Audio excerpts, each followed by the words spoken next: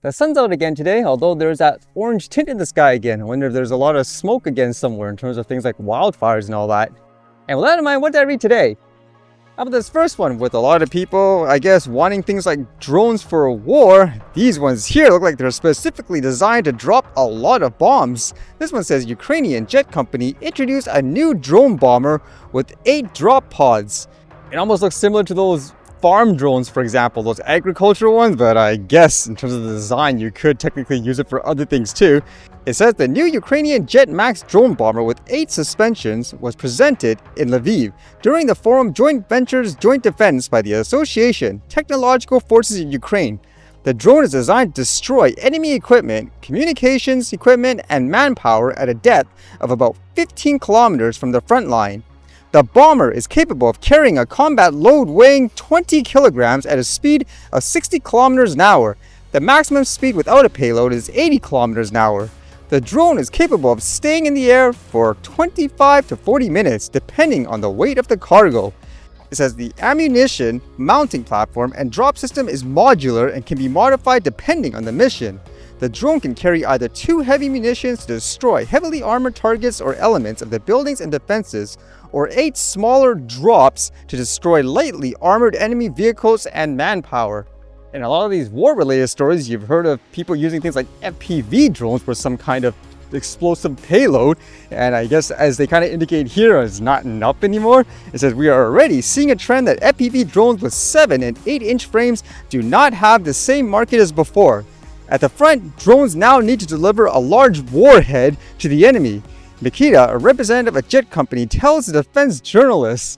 That's kind of a terrifying statement overall, but not surprising anyways.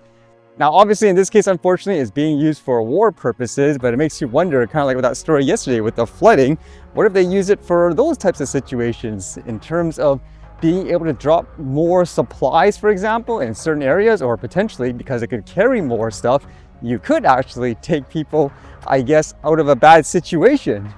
And then this was kind of interesting, as you know, around here anyways, you often see me capture a lot of wildlife, things like the geese, for example, but I guess in some places it's becoming too big of a problem. And funny enough, here it says they're actually using things like drones to try to scare them away. This one says, plagued by geese, one city pays for drones and dogs to scare them away. As it says here, the Canada Geese produce hundreds of pounds of droppings a day, mess up bacteria levels in the local lagoons, and sometimes scare children. Now, a Northern California city is poised to spend nearly $400,000 to get rid of them. The waterfowl have long posed a problem for Foster City, with up to 400 birds in the roughly 33,000 person community at a given time. After several experiments with less expensive options, the San Francisco Bay Area city is ready to pull out the stops to chase them away. Drones shaped like falcons, border collies to mimic predators, and remote control devices that can float in the water. Saying, quote, if we can find a way to manage this in a way that a geese and people can coexist without conflict, that would be a huge success, said Parks and Recreation Director Derek Schregard. We've just gotten to the point where the population has gotten so large that it is overwhelming. They indicate here too, which is kind of interesting, where in 2021 they actually approved a plan to kill more than 100 geese, but they actually didn't do it because of the public backlash. So as a result, they tried to do things, for example, like coating the eggs with some kind of, I guess, item so that it doesn't hatch and so forth. I'm thinking too, despite the backlash, as I mentioned in the story, is there a reason why overall they don't just hunt the geese and use it as a food source? I would imagine that would solve one big issue with the population, at the same time solve another, because I'm pretty sure there's a lot of people who could actually use, let's just say, food and all that if they can't afford it. I believe I read that's how some places have done it when they have something like that. For example, there's a huge influx of, let's just say, geese, and they need to control the population. That's exactly what they did. They started to hunt them. I know they talk about how it's cruel, for example, to just kill them per se. At the same time, isn't that area filled with, let's just say, restaurants, supermarkets with things like chicken, beef, or whatever? In the sense of it's no different really if that's what you're specifically doing, hunting them for food. I would think anyways that makes more sense in a lot of cases, especially I guess from a financial one as well, if that is the issue, versus using all this money and trying to use these high-tech, I guess, solutions just to, quote, scare them, and it doesn't actually solve the issue overall, according to them anyways.